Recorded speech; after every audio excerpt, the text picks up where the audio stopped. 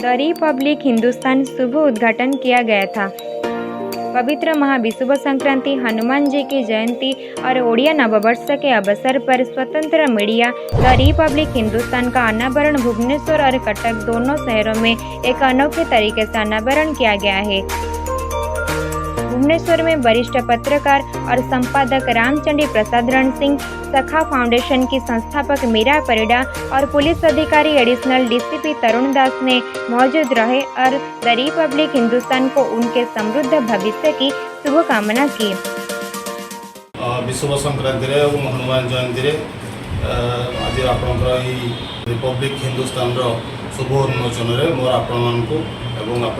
दर्शक मान बहुत बहुत धन्यवाद एवं शुभेच्छा।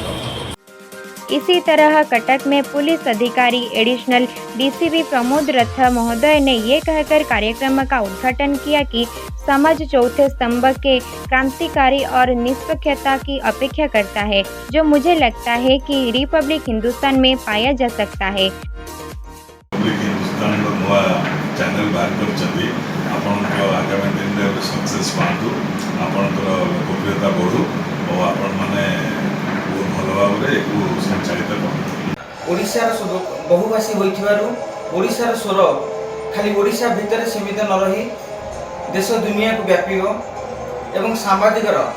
जो मौलिक धर्म रही जो मौलिक कर्तव्य रही आशा करुचु ये अनुष्ठान ता पालन करिवो एवं जो स्वच्छ जर्नालिज्म येलो जर्नालिज्म टिके हटी नुआ एक अध्याय सृष्टि करू।